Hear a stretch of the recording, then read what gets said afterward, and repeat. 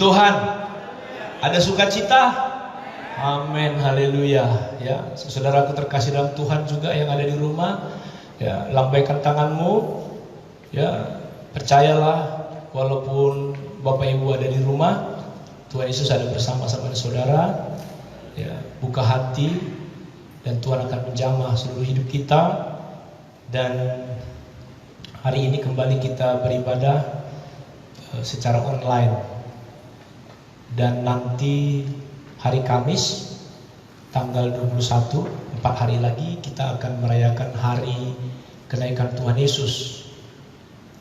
40 hari setelah Tuhan Yesus bangkit dari kematian. Dan kemudian dari hari Kamis sepanjang 10 malam, ya, akan ada 2 malam. Tapi masih juga kita akan ibadah secara, ya, kita akan melihat nanti apa memungkinkan secara online atau tetap kita akan ibadah di rumah masing-masing, ya, supaya setiap kita punya kerinduan untuk dipenuhkan dengan Roh Kudus. Sampai nanti sepanjang 10 malam, 10 hari sampai kepada hari Minggu, hari Pentakosta, hari yang ke-50. Puji Tuhan. Saudaraku terkasih dalam Tuhan, kita buka Alkitab kita akan sama-sama belajar daripada firman Tuhan. Firman Tuhan yang terambil dari Lukas pasal yang ke-24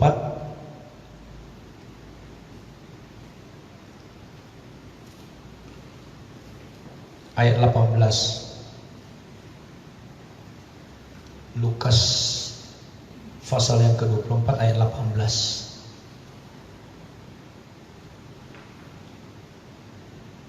Saya akan bacakan demikian firman Tuhan. Seorang dari mereka namanya Kleopas menjawabnya, "Adakah engkau satu-satunya orang asing di Yerusalem yang tidak tahu apa yang terjadi di situ pada hari-hari belakangan ini?" Sekali lagi saya bacakan. Seorang dari mereka namanya Kleopas menjawabnya, "Adakah engkau satu-satunya orang asing di Yerusalem yang tidak tahu apa yang terjadi di situ pada hari-hari belakangan ini?" Kalau bahasa Batak dikatakan, "Dungi mangalusima nasahalang namarguar Kleopas. Nin nama madok ibana. Sasadahoro horoanani nabian di Yerusalem nasumaboto namasa disi kadiarion." Apakah hanya engkau satu-satunya orang di Yerusalem yang tidak tahu persoalan ini? Nasi Kleopas. Saudaraku, ini kalau kita baca satu perikop ini, kita sudah sering mendengarkan atau sudah membaca di Alkitab. Mereka ini, ya, suatu hari ini sesudah Tuhan Yesus bangkit dari, ya, kematian, lalu ada 2 orang ini berjalan dari kampung bernama Emmaus, ya, ke Yerusalem, ya, sekitar 7 mil perjalanan, atau 7 mil itu sekitar 11 km. Jadi 11 km ini berjalan kaki, ya, itu sudah banyak yang bisa dibicarakan di situ. Ya, mereka bercakap-cakap tentang segala sesuatu yang telah terjadi, mereka bertukar pikiran, ya. Kemudian datanglah Yesus mendekat dan mereka berjalan bersama-sama. Ya, tapi pada saat itu kedua orang ini belum mengenal Yesus. Mereka berjalan sama-sama, mereka bercerita, sharing, diskusi, ya. Tapi mereka belum mengenal bahwa orang yang ketiga berjalan bersama-sama dengan kedua orang ini adalah Yesus. Dan saudaraku, inilah si Kleopas ini. Jadi kalau kita baca di bagian kitab lain, Kleopas ini, ya, suami dari Maria dan kemungkinan adalah ibu Yakobus. Kleopas ini. Nah, mereka berjalan, lalu dia bilang, mereka cerita, apa yang sedang kalian percakapkan? Apa yang sedang kalian diskusikan? What are you discussing? Kira-kira seperti itu. Lalu Tuhan Yesus bilang satu ayat yang tadi yang sudah saya bacakan. Adakah engkau satu-satunya orang asing di Yerusalem ini yang gak tahu sekarang ada begitu banyak viral? Kira-kira seperti itu. Ada banyak diskusi pembicaraan tentang satu topik ini, gitu kan? Apa itu? Ini Tuhan Yesus. Ada apa? Apa yang sedang kalian? What things? Kira-kira seperti itu. Lalu Kleopas cerita semua. Ceritalah dia cerita tentang peristiwa ini, tentang Yesus orang Nazaret itu, ya. Kemudian diceritakan semua sampai bangkit itu. Nah, saudaraku, ada banyak orang Kristen, ada banyak orang percaya, ya, yang sudah ikut Yesus, sama seperti Kleopas. Dia banyak tahu tentang Yesus. Dia bisa cerita banyak tentang Yesus, tapi tidak kenal Yesus.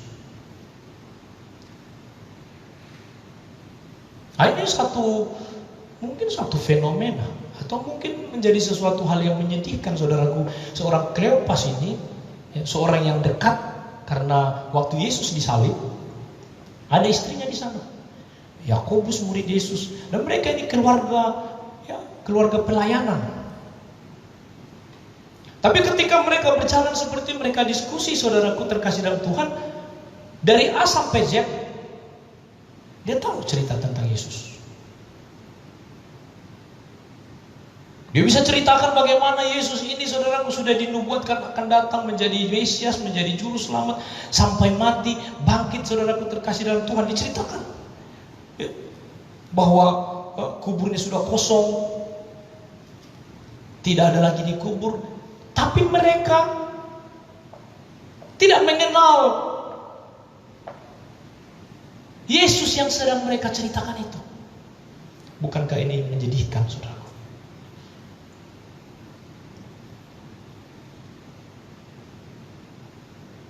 Ada banyak orang, saudaraku,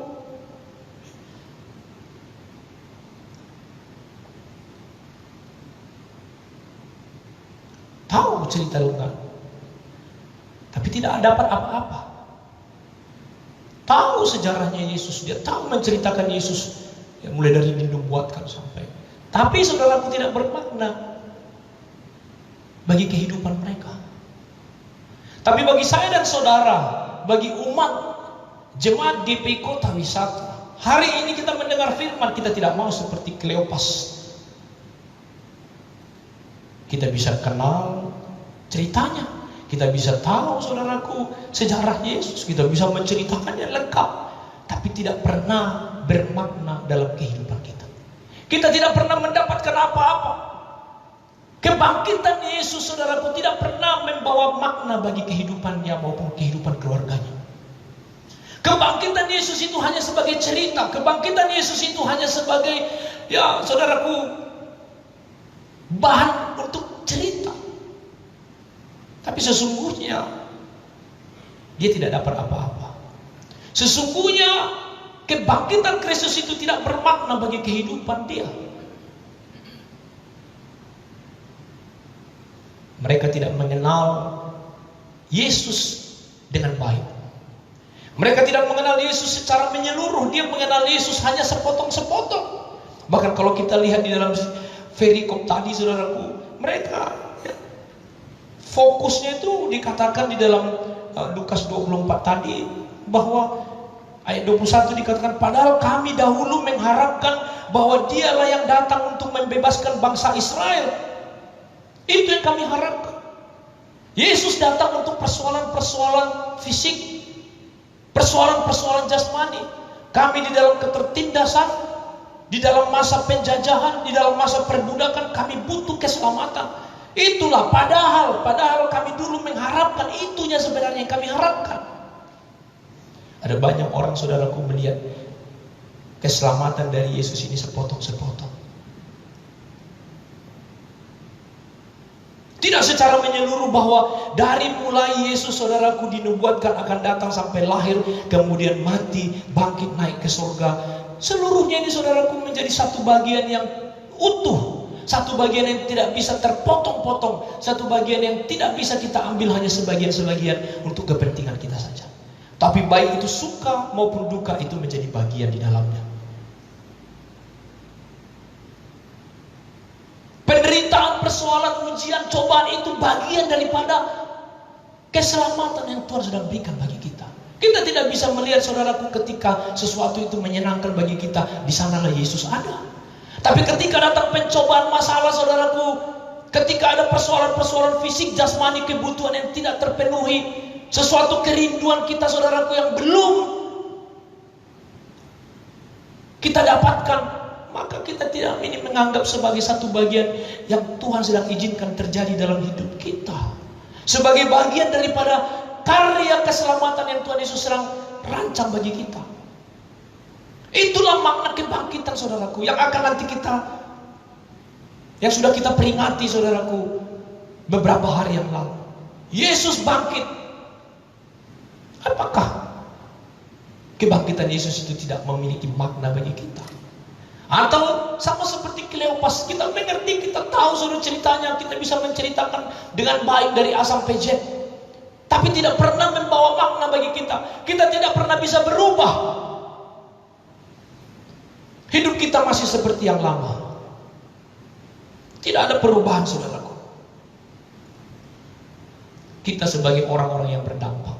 Tema pelayanan kita sepanjang tahun ini, GPI Kota Wisata, menjadi orang yang berdampak. Ada amin? Orang yang membawa perubahan bukan hanya kepada diri kita saja, tapi juga kepada orang lain. Untuk menjadi orang-orang yang berdampak, kita perlu kuasa kebangkitan Kristus. Haleluya. Kita tidak bisa mengandalkan kekuatan kita. Kita tidak bisa mengandalkan akal pikiran kita, tapi kita butuh kuasa kebangkitan Kristus. Kalau kita mendapatkan kuasa itu, dunamos itu, power itu, maka saudaraku, saya dan saudara bukan lagi menjadi orang-orang yang ketinggalan berita, ketinggalan, tidak mengetahui, tidak mendapatkannya. Kalau saya lihat Kleopas ini bukan hanya ketinggalan berita. Ada banyak orang ketinggalan berita saudaraku. Lost of news, kehilangan berita, ketinggalan berita. Berita sudah viral, dia nggak tahu. Orang sudah cerita banyak, dia hanya pelangak-pelongo, nggak tahu. Tapi kalau Kleopas ini, dia tahu cerita, dia mengerti, dia tidak ketinggalan berita. Kalau kita, saya tidak tahu apakah kita masih ketinggalan berita. Tentu tidak. Kita sudah mendengar firman, kita baca firman, kita dengar khotbah. Tapi apakah kita ketinggalan di dalam dampak daripada kuasa kebangkitan Kristus itu?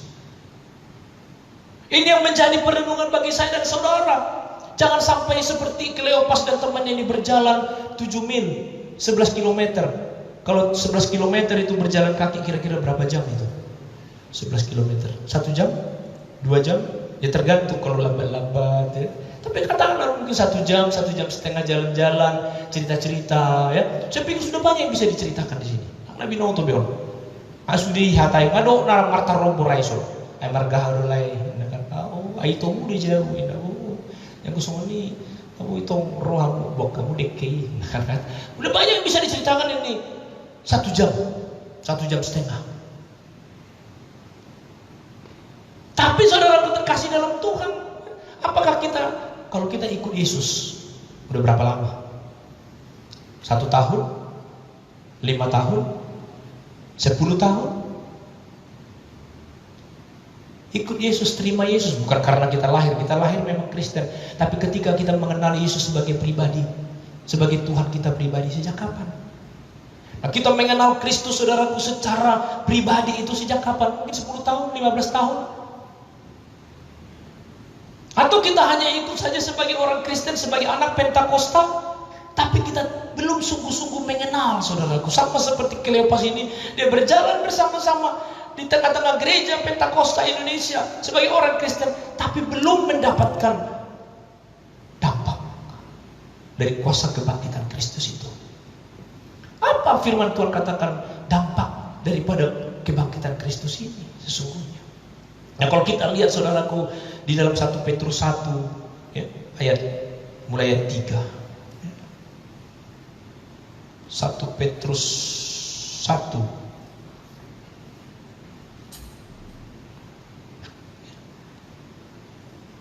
apa dampak kebangkitan Kristus ini saudara? Yesus sudah bangkit. Harusnya kita memiliki ya, berkat, anugerah, dampak, manfaat, kebaikan daripada kebangkitan Kristus. Ada amin? Apa dikatakan oleh firman Tuhan? Terpujilah Allah dan Bapa Tuhan kita Yesus Kristus, yang karena rahmat-Nya yang besar telah melahirkan kita kembali oleh kebangkitan Yesus Kristus dari antara orang mati. Puji Tuhan. Melahirkan kita kembali. Meninggalkan manusia lama kita menjadi manusia baru kita. Karakter, tabiat, kehidupan lama saudaraku menjadi kehidupan yang baru. Kepada apa? Itu dikatakan saudaraku, ketika kita beriman, sungguh-sungguh yakin, percaya, masuk di dalam pengertian kita bahwa Yesus itu mati, bangkit dari kematiannya, maka firman Tuhan katakan kita dibawa kepada suatu hidup yang penuh pengharapan. Puji Tuhan. Ada satu kekuatan baru bagi saya dan saudara ketika kita mengimani Yesus bangkit. Bukan hanya dengar ceritanya saja, tapi mengimani ada kuasa. Kalau saudaraku kita beriman, oh Yesus itu lahir, mati, bangkit. Oleh karena kebangkitannya, aku bangkit. Oleh karena kebangkitannya, aku memiliki hidup yang penuh pengharapan. Haleluya. Kita bukan seperti orang yang mati, kita bukan seperti makhluk-makhluk lain yang hanya punya sekedar nyawa, hanya sekedar punya insting, tapi tidak memiliki suatu pengharapan. Tapi bagi saya dan saudara, oleh kebangkitannya, kita dibawa kepada satu hidup yang penuh pengharapan. Pengharapan untuk apa? Firman Tuhan katakan di sini, pengharapan itu yang pertama. Kebangkitan yang membawa kita kepada hidup yang penuh pengharapan. Ini satu kekuatan saudaraku. Saya dan saudara ada hidup di tempat ini, sampai di tempat ini karena kita memiliki pengharapan. Orang-orang yang tidak memiliki pengharapan, maka dia akan tidak memiliki kekuatan apa-apa. Di rumah saja, melamun, tidak memiliki gairah, tidak memiliki inisiatif, tidak memiliki kreativitas, tidak ada sukacita, tidak ada kegembiraan. Karena untuk apa? Karena dia tidak memiliki pengharapan. Pada saat ini mungkin kita sulit, Tuhan akan buka jalan. Pada saat ini kita mungkin dalam duka, Tuhan akan berikan sukacita. Itulah saudaraku orang-orang yang hidupnya di dalam penuh pengharapan. Penuh pengharapan untuk apa? Untuk menerima satu bagian. Luar biasa. Pengharapan saya dan saudara itu pengharapan untuk mendapatkan satu bagian, dikatakan oleh firman Tuhan. Apa itu? Coba kita lihat. Jadi ayat keempat, hidup yang penuh pengharapan untuk menerima suatu bagian, inheritance. Artinya itu saudaraku, harta warisan. Kita sekarang punya gairah hidup bersama-sama dengan Yesus, melayani Yesus. Panggilan yang dia berikan saudaraku bukan karena upah, bukan karena pamrih. Kita lakukan semuanya itu karena ada satu bagian yang disimpan Tuhan di surga buat saya dan saudara. Satu bagian ini dikatakan inheritance, harta. Satu bagian ini untuk masing-masing orang.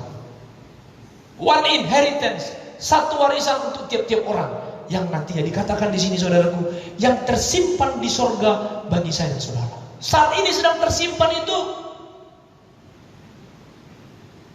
Saudaraku, kita memiliki pengharapan.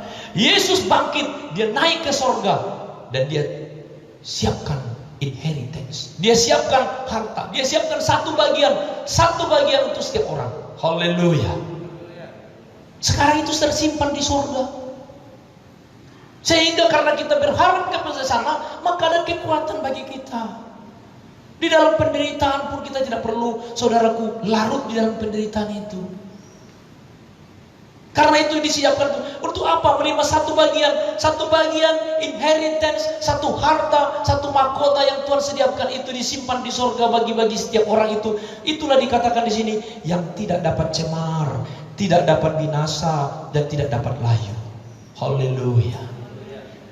Harta di dalam dunia bisa dimakan ngengat. Uang bisa terdepresiasi. Harga saham bisa anjlok. Apalagi harta di dalam dunia. Tidak ada yang abadi. Mungkin bisa membuat sukacita, mungkin bisa membuat bahagia sejenak. Tapi saudaraku, yang tidak dapat binasa, yang tidak dapat cemar, yang tidak bisa layu itu saudaraku, itu sudah ada. Dan firman Tuhan katakan di sini, ya, yang tersimpan di sorga, haleluya, kept in heaven for you, tersimpan semua, baik. Nanti kita sampai di surga sudah akan diberikan ini bagianmu. Wah, songon nageleng, ayo, ala geleng-geleng tiki, mari dipe malas-malasan dong, marto pape. Wah, songon, tas songon double ke, oh, pemusikon. Rajin tuh, asal hari Minggu turun main organ. Hal memang ada lebih orang otik, atau emang agak otik belga. Kalau ada singer terus hal ini tiki singer baru, asipata dong sungguh-sungguh sipata momar. Baru situ, semua saudaraku Tuhan sudah siapkan, kept in heaven, haleluya. Sudah tersimpan saudaraku. Namanya sudah di sana. Kan kalau di bank itu ada apa? Ada kotak deposit namanya. Ya. Orang kaya simpan hartanya, simpan emasnya, berliannya di kotak deposit di bank. Ya, kuncinya dikasih satu sama yang punya bank, satu yang punya. Di sana dimasukkan semuanya, ya, hartanya itu. Dan di kotaknya itu hanya satu yang bisa masuk ke sana, yang punya. Ada kode-kode rahasianya. Harta saya di surga yang tahu nanti hanya Tuhan dan diberikan kepada saya, nggak bisa kepada yang lain. Sudah bergaduh, harta nih panditai, lihat nanti tua amang buru nih, do amang buru sih, amang buru saja. Baru tetangga tidak, saudaraku. Ada men? Tapi setiap kita, ya, diberikan pengharapan. Ketika kita percaya Yesus itu sudah bangkit, kita memiliki hidup yang penuh pengharapan. Pengharapan kepada apa? One inheritance, satu harta yang tidak binasa, tidak cemar, tidak layu. Haleluya. Itu tersimpan di surga bagi kamu, bagi saya. Percaya? Haleluya. Yang tidak menjawab, insya Allah. Haleluya. Itu iman. Saudaraku, yang kedua, saudaraku, dikatakan apa manfaatnya kebangkitan Kristus. Firman Tuhan katakan, selain kita memperoleh satu hidup yang penuh pengharapan, yang kedua, saudaraku, kita dipelihara di dalam kekuatan Allah. Haleluya. Itu dikatakan, saudaraku, coba kita lihat tadi. Ya, ayat kelima. Yaitu kamu yang dipelihara dalam kekuatan Allah. Luar biasa. Tidak ada lagi kekuatan apapun di dunia, ya, lebih daripada kekuatan Allah. Persoalan apapun, saudaraku, yang kita alami, yang Tuhan izinkan, Tuhan akan pelihara kita di dalam kekuatan Allah yang luar biasa itu. Sambil terus di dalam iman kita berlihara, iman kita terus bertumbuh, iman kita sambil kita menantikan keselamatan yang sudah tersedia untuk dinyatakan pada akhir zaman itu. Nah, ini luar biasa, saudara, kita dipelihara. Nah, karena itulah, saudara, karena dua hal ini kita memperoleh satu hidup yang penuh pengharapan. Kita juga dipelihara dalam kekuatan Allah, sehingga tidak ada yang bisa mengganggu kita. Tidak ada yang bisa menjamah kita.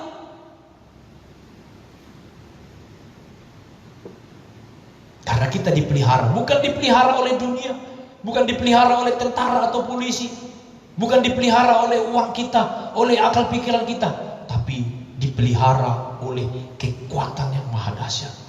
Kekuatan yang luar biasa, saudaraku, kekuatan Allah. Itu yang memelihara kita. Karena itu bergembiralah untuk dua hal di atas itu.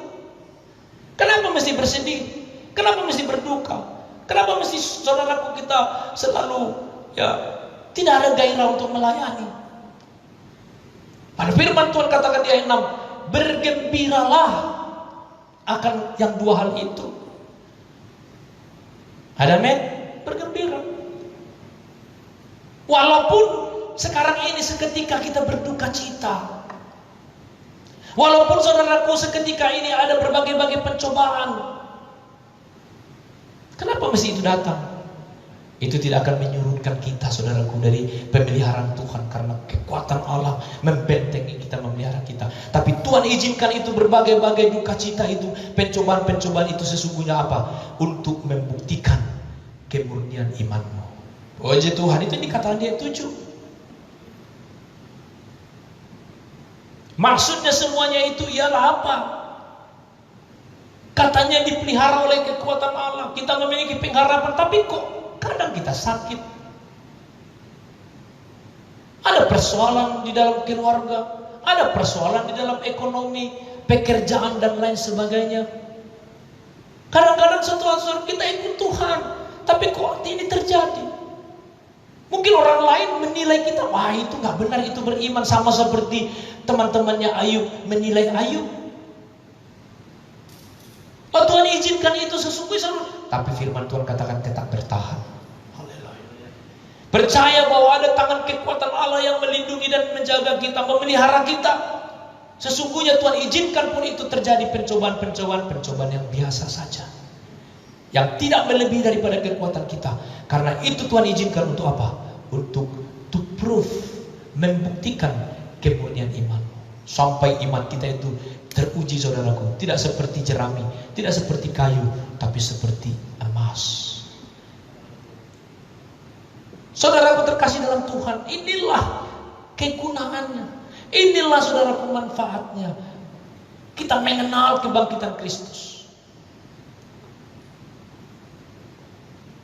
Saudaraku terkasih dalam Tuhan,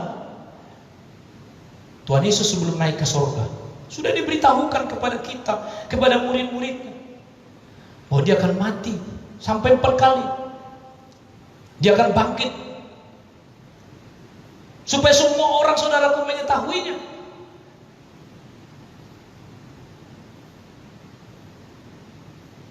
Termasuk kepada kita saudaraku, dia beritahukan tentang kematiannya dan kebangkitannya, sampai kepada kenaikannya surga. Dan direncanakan dengan baik. Tuhan rencanakan dengan baik supaya orang-orang tahu, supaya orang-orang tidak ketinggalan berita, supaya orang-orang mengerti saudaraku bahwa ada satu proses yang utuh, yang tidak terputus-putus dari mulai kedatangan Yesus menjadi manusia, lahir ke dalam dunia, saudara, mati, bangkit, naik ke surga. Diberitahukan kepada saya dan saudara supaya kita beriman, percaya, sehingga kita menjadi orang-orang yang tidak pernah lagi takut dan khawatir, tapi menjadi orang-orang yang memiliki keyakinan, kepastian akan keselamatannya. Coba kita lihat di dalam Yohanes 14 ya, hari Rabu kemarin ini ayat firman Tuhan ya, di dalam ibadah Rabu. Yang ibadah, kalau nggak ibadah nggak tahu dia itu ya, tapi kalau yang ibadah dia tahu itu Yohanes 14 ayat 1 sampai 3 ya. Coba kita lihat Yohanes 14 ayat 1. Di rumah masih standby?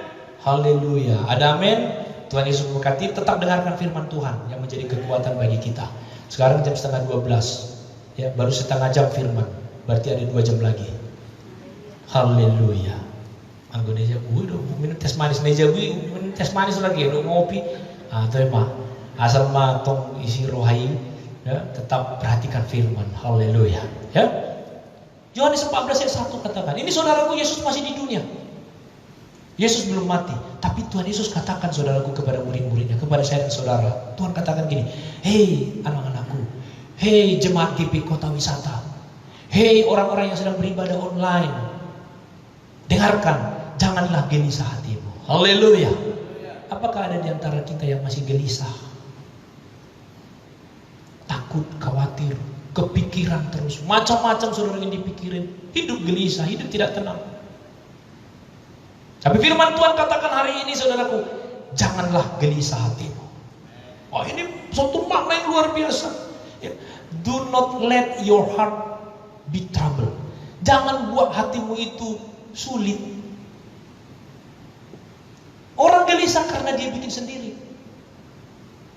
Dia biarkan hatinya masuk dalam satu kesulitan. Do not let your heart to be trouble. Jadi sulit, jadi susah. Kadang kan begini saudaraku ya. Holatna susah, wow, ditanon. Ada lagu gitu ya. Tahu artinya itu? Kok Evan gini-gini kayak dia tahu bahasa Batak? Ada ya? Kalau susah doa di tanah, artinya saya susah di tanah ini. Karena apa? Di tanah ini, di dunia ini. Ya. Karena kita yang bikin kita susah. Kadang-kadang kan kita tidak sadar bahwa kita susah karena kita. Ya kalau kita susah karena orang lain bikin, ya kita ampunilah dia, kita maafkan. Tapi kalau kita susah karena kita, ya kita ampunilah diri kita. Banyak orang gelisah, janganlah gelisah hatimu, ada amin. Ini kata Tuhan Yesus, saudaraku. Jangan gelisah hatimu. Lalu bagaimana supaya jangan gelisah? Percayalah kepada Allah, percayalah juga kepada aku, kata Tuhan Yesus. Ada amin? Percaya saja. Trust in God, trust also in me, kata Tuhan Yesus. Percaya, bukan hanya believe, tapi trust sepenuhnya, serahkan. Seperti lagu kita itu, aku berserah. Kan kalau lagu berserah itu harus angkat tangan sebenarnya. Kalau kita nyanyi lagu itu, aku berserah. Kalau perang itu angkat tangan. Jadi kalau sudah ada angkat, hukum internasional pun, hukum peperangan, kalau sudah angkat tangan orang nggak boleh ditembak. Itu jadi kalau sudah misalnya perang, angkat tangan gini, jangan ditembak lagi. Itu hukum internasional. Ya, tapi kalau dia nggak mau angkat tangan, terserah mau ditembak kupingnya atau ditembak kakinya, terserah. Tapi kalau sudah angkat tangan, udah borgol bawa, jangan itu menjadi sandera, nggak boleh ditembak. Aku berserah pada Yesus Juru Selamat, aku berserah. Kalau aku berserah itu angkat tangan. Kalau kita angkat tangan maka Tuhan turun tangan. Kalau kita turun tangan, Tuhan angkat tangan. Ayo kurang lucu rumah tuh, turun tangan sendiri. Tuhan pun, memang sih, aku angkat tangan mah, ini Tuhan. Anggu itu angkat tangan, Tuhan. Tuhan turun tangan, dia tahu yang terbaik bagi kita. Puji Tuhan. Tuhan katakan, percayalah juga kepadaku, trust in God, trust in me. Dikatakan dia dua, di rumah Bapakku banyak tempat tinggal. Nah ini saudaraku, ya, sebelum Yesus bangkit dan naik ke surga, Tuhan sudah bilang ini. Jangan gelisah, jangan takut mengenai keselamatanmu, mengenai nanti akhir zaman, mengenai COVID-19, mengenai corona, mengenai nanti bagaimana ini chip anak-anak apa semua itu nanti antikris apa semua. Kita tidak ngerti. Pokoknya berserah kepada Tuhan. Tuhan tahu untuk memelihara kita, membawa kita kepada keselamatan itu. Kita tidak terlalu pintar saudaraku untuk merekayasa, untuk memikirkan ini nanti ini berapa, yang mana ini 3,5 tahun ini, di mana kita diangkat rapture, di jono itu tongan di belakang roh, bagaimana nanti cara pengangkatannya, bagaimana, biarlah ahli-ahli teologi yang menjelaskan itu. Karena tafsir pun banyak. Tapi bagi saya dan saudara, trust in God, trust in me, kata Tuhan Yesus. Berserah saja. Tuhan yang akan memelihara dengan kekuatan Allah, Dia akan menyelamatkan kita. Bagaimana caranya kita nggak ngerti. Terlalu pusing kita membahas itu. Bukan berarti kita tidak bahas. Saya juga di rumah baca terus kitab Wahyu. Saya pelajari semua. Saya pelajari dari bahasa ini bagaimana. Boleh saja. Tapi tetap jangan lari daripada aku berserah kepada Allah. Itu saja. Kalau kita bahas semua, notobe. Soalnya dulu becit. Pinggang becit. Kalau kita mau bahas itu. Tapi saudaraku, di rumah Bapakku banyak tempat tinggal, kata Tuhan Yesus. Jika tidak demikian, tentu aku mengatakannya kepadamu. Dia bilang Tuhan, sebab aku pergi ke situ. Ini Yesus belum pergi ke situ. Yesus belum mati. Sebab aku pergi ke situ untuk menyediakan tempat bagi saya dan saudara. Haleluya. Percaya? Percaya.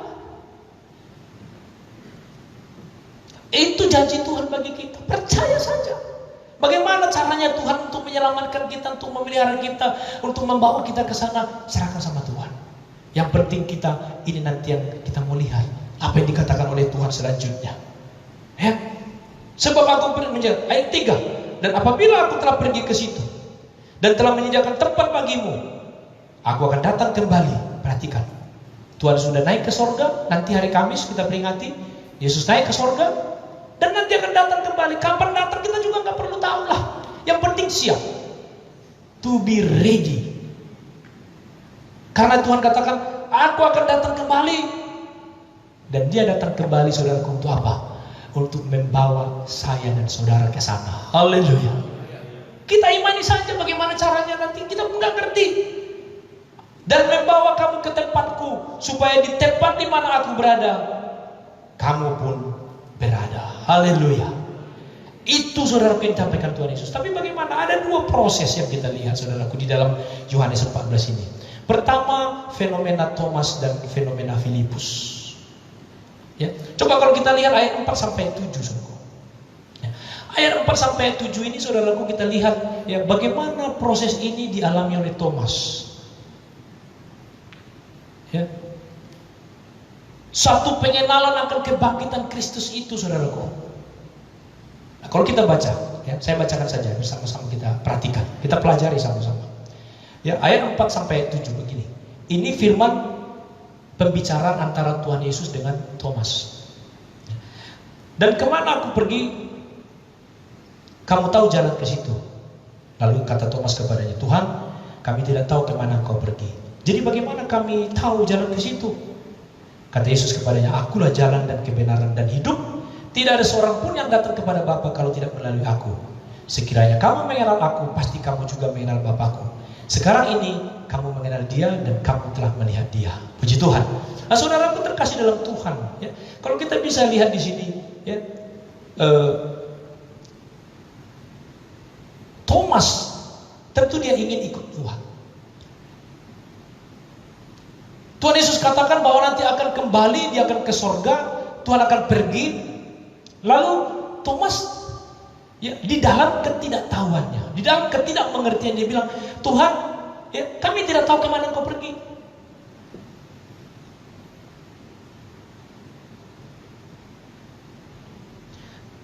We have not perceived. Kemana engkau pergi? Nah, di sini saudaraku terkasih dalam Tuhan, ya, dikatakan kemana, ya, Tuhan, kami tidak tahu kemana engkau pergi. Where you are under leading. Saudaraku, kalau di sini bahasa Indonesia dikatakan, Tuhan, kami tidak tahu kemana engkau pergi. Kan hanya itu, ya, bahasa Indonesianya. Tapi di dalam bahasa aslinya saya pelajari dikatakan, ya, hupagus. Artinya saudaraku di sini, ya, kata mengenal, tahu, ya, Tuhan, kami tidak tahu, ya, kemana engkau pergi. Under leading.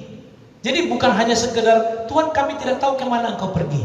Tapi di dalam bahasa aslinya maksud Thomas di sini, saudaraku, bahwa Tuhan, kami tidak tahu mau kemana engkau mau pimpin kami. Under leading. Engkau pimpin kami, engkau bawa kami seperti domba dibawa oleh gembalanya. Nah, kalau kita baca, saudaraku, Tuhan, kami tidak tahu kemana engkau pergi. Ini kan seperti hanya pembicaraan yang, ya, Tuhan, kemana engkau pergi? Hanya seperti itu, ya. Tidak ada perasaan desire bahwa kita ikut ke sana. Kan kita bisa tanya orang kan, Bapak mau kemana? Tapi tidak ada keinginan kita mau ikut. Beda, ya. Kan bisa kita tanya orang, Bapak mau kemana? Ya, tanya aja, kita hanya pengen tahu dia mau kemana. Tapi sesungguhnya maknanya Thomas mau katakan di sini, Tuhan, aku tidak tahu engkau mau bawa pimpin aku kemana. Beda nggak? Nah, maksud saya begini, saudaraku terkasih dalam Tuhan, fenomena Thomas ini, saudaraku, ketika Tuhan bilang aku naik ke sorga, aku sudah bangkit dari kematianku, aku mau naik ke sorga. Thomas bilang, Tuhan, aku mau engkau bawa, aku mau engkau pimpin. Aku mau seperti domba, engkau gembalanya, engkau bawalah aku kemana engkau mau. Ada amin? Itu beda dengan hanya sekedar Tuhan, kau mau kemana pergi. Nah, maksud saya, saudaraku terkasih dalam Tuhan, supaya kita menjadi bagian dari orang-orang yang mendapatkan kuasa kebangkitan Kristus itu, maka kita, saudaraku, ketika bertanya kepada Tuhan Yesus itu, aku mau ikut engkau kemanapun. Where you are under leading atau to withdraw. Jadi kita harus kemana kau Tuhan mau pergi, aku ke sana. Bukan hanya sekedar kita mau tanya, Tuhan kemana engkau mau pergi? Bukan hanya segitu. Tapi Tuhan kemana engkau mau bawa aku?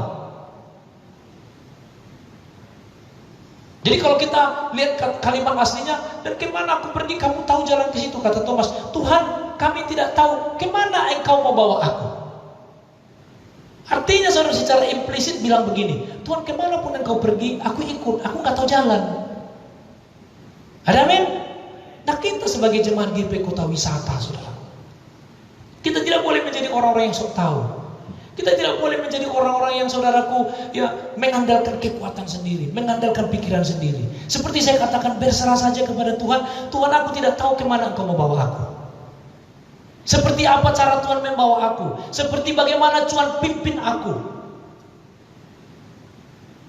Ada kan? Bisa merasakan bedanya.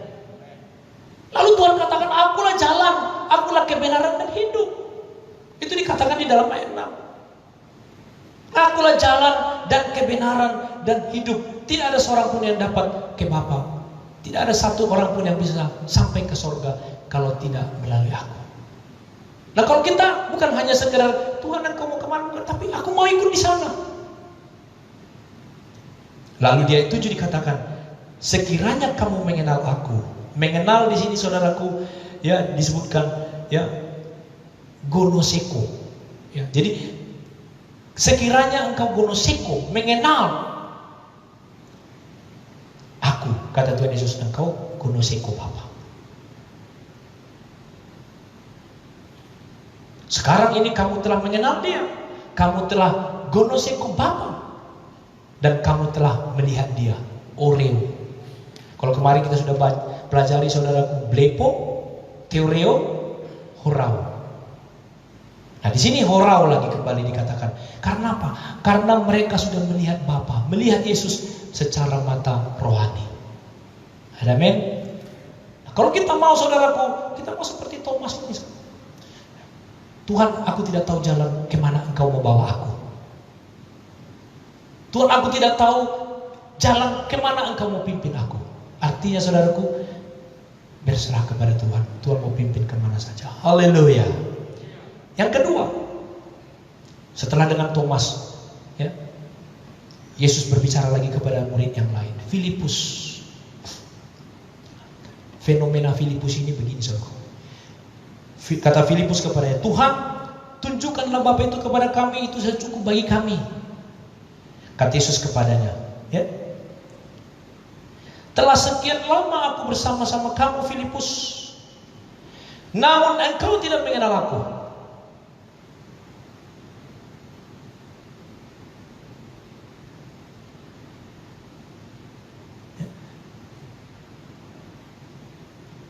Berapa lama? Filipus murid Yesus. Sama seperti tadi Kleopas. Mereka berjalan, dia akan mengenal Yesus. Filipus, telah sekian lama aku bersama-sama kamu Filipus, namun engkau tidak ginoseko aku, engkau tidak kenal aku. To learn, to come to know. Datang, ada satu semangat untuk mengenal. Kau sudah lama, tapi kau tidak mengenal aku. Barang siapa telah melihat aku, yang telah melihat Bapa, bagaimana engkau berkata tunjukkanlah Bapa itu? Nah, di sini dikatakan melihat saudaraku. Ya. Di sini kembali horau. Ya. Barang siapa telah melihat aku, barang siapa yang sudah horau aku, ia telah melihat, ia horau Bapa, dan berkata, mengapa, bagaimana, tunjukkan lagi Bapa itu kepada kami. Nah, saudara pun terkasih dalam Tuhan, kita lihat lagi ayat berikutnya. Ya. Ternyata Filipus ini saudaraku sekian lama bersama-sama dengan Tuhan, tapi dia belum mengenal Kristus secara utuh. Lalu tidak percayakah engkau bahwa aku di dalam Bapa dan Bapa di dalam aku? Apa yang aku katakan kepadamu tidak aku katakan dari diriku sendiri, tetapi Bapa yang di dalam aku, dia yang melakukan pekerjaan. Percayalah kepadaku bahwa aku di dalam Bapa dan Bapa di dalam aku. Atau setidak-tidaknya percayalah karena pekerjaan-pekerjaan ini sendiri. Nah, saudaraku terkasih dalam Tuhan, kita bisa melihat ya, Filipus tidak mengenal Kristus secara utuh. Artinya saudaraku terkasih dalam Tuhan, Tuhan mau saudaraku setelah dia kenal, dia lihat secara rohani, hurau, maka saudaraku dia harus mengenal Kristus. Kalau tadi mengetahui, Thomas mengetahui, dia minta pimpin jalannya saudaraku, maka Filipus ini saudaraku Tuhan mau harus benar-benar saudaraku bukan hanya melihat tapi juga mengenal. Engkau harus mengenal aku, artinya saudaraku kita harus mengenal Kristus secara utuh. Kita tidak bisa bilang tunjukkan kepadaku Bapa itu. Nah, Tuhan katakan kalau engkau sudah melihat Bapa. Nah, ini kembali saudaraku di dalam diskusi-diskusi mengenai Allah Tritunggal, ya, diskusi-diskusi mengenai Trinitas. Nah, di sini jelas saudaraku bagaimana dua pribadi, Bapa, bagaimana dengan Kristus, mereka adalah satu. Nah, kalau kita sudah kadang-kadang kan orang bingung, kalau begitu kita berdoa ke siapa? Berdoa kepada Yesus, apa kepada Bapa atau kepada Roh Kudus? Nah, kalau Tuhan Yesus katakan bagaimana dia mengajarkan kita berdoa? Tuhan Yesus ajarkan kepada kita berdoa apa? Bapa kami di surga. Ya, kita berdoa kepada Allah Bapa di surga. Terakhir, di dalam nama Tuhan Yesus. Ada amin? Karena Bapa dan Anak satu. Nah, bagaimana kalau kita berdoa kepada Yesus? Berdoa kepada Yesus karena Yesus dan Bapa adalah satu. Eka. Mereka satu di dalam unity. Mereka satu saudaraku, ya, secara kompleks. Seperti dalam Ulangan 6 ayat 4 itu dikatakan, ya, aku adalah Tuhan. Esa. Satu saudaraku terkasih dalam Tuhan. Nah, bagaimana kita bisa mengenal Kristus secara utuh? Haleluya. Ini saudaraku dimasukkan sehingga saudaraku terkasih dalam Tuhan. Ya, maka ya ada satu kelengkapan yang Tuhan berikan kepada kita. Kalau kita mengenal Tuhan secara baik, apapun yang kau minta. Bukankah ini berkat saudara? Apapun yang kau minta sesuatu kepadaku dalam namaku, aku akan melakukannya. Jika engkau tinggal di dalam aku dan aku tinggal di dalam kamu, mintalah apa yang kamu kehendaki dan kamu akan menerimanya. Ini saudaraku berkat pemeliharaan Tuhan bagi kita. Nah, karena itu jangan gelisah hatimu. Percaya saja kepada Tuhan, berserah saja kepada Tuhan, minta pimpinan Tuhan. Haleluya. Dan juga kita harus sungguh-sungguh mengenal, sama seperti Filipus. Proses mengenal Kristus saudaraku tidak instan. Proses mengenal Kristus saudaraku tidak dengan semerta-merta, tidak dengan satu waktu yang singkat. Tapi ini adalah pengalaman pribadi lepas pribadi. Ada amin? Kita tidak bisa mengatakan kita mengenal saudaraku hanya dengan cerita orang. Mungkin kita bisa menceritakan dengan lengkap A sampai Z. Tapi proses pengenalan Kristus itu saudaraku adalah pengalaman pribadi lepas pribadi. Haleluya. Pengalaman saya berbeda dengan saudara. Pengalaman yang satu dengan yang lain berbeda saudaraku. Pengalaman Thomas dengan Filipus berbeda untuk mengenal Kristus. Tapi kita mau melihat, kita mau horau dengan mata rohani kita saudaraku Kristus itu. Dan kita mau mengenal terus saudaraku. Bukan karena lamanya. Seperti Filipus, engkau sudah lama bersama-sama dengan aku. Tapi saudaraku, ya, dikatakan barang siapa telah melihat aku, yang horau Tuhan, yang melihat, ya, memahami bagaimana kasih Tuhan bagi kita, maka saudaraku, ya, ini pengalaman pribadi lepas pribadi bagi kita, yang tidak akan bisa disangkal setiap orang. Sehingga saudaraku, kalau kita sudah melihat, maka kita bisa mengenal Kristus lebih dalam. Itulah yang dikatakan ya di dalam Filipi 3:10. Sama saudaraku dikatakan oleh di dalam kitab aslinya juga ginoseko, mengenal. Ya, mengenal tadi dikatakan kepada Thomas, mengenal juga dikatakan kepada Filipus. Nanti kalau aku sudah mati dan bangkit, maka engkau akan mengenal kuasa kebangkitan itu. Itu yang dikatakan di dalam Filipi 3:10 itu. Itu juga yang menjadi rema bagi saya dan saudara. Yang ku kehendaki ialah apa? Mengenal dia. Ya. Ginoseko. yang kukehendaki ialah ginosiko Yesus. Mengenal dia, mengenal kuasa kebangkitannya. Puji Tuhan. Itu. Dia sudah bangkit. Mari kita kenal kuasa kebangkitannya. Mari kita kenal Kristus dengan baik, saudaraku terkasih dalam Tuhan. Nah, saudaraku, hari ini adalah hari Minggu dan nanti hari Kamis kita masih akan ibadah. Seperti apa proses ibadah kita, marilah kita semua sama-sama terus berdoa. Sama seperti saudaraku Kleopas, ya. Akhirnya dia berjalan kemudian di dalam persekutuannya kepada Tuhan, di dalam pengertiannya kepada Tuhan, maka Tuhan membukakan mata rohaninya sehingga dia bisa mengenal Kristus. Kalau kita lihat di dalam Lukas, ya, ayat yang ke 24, di dalam ayat yang ke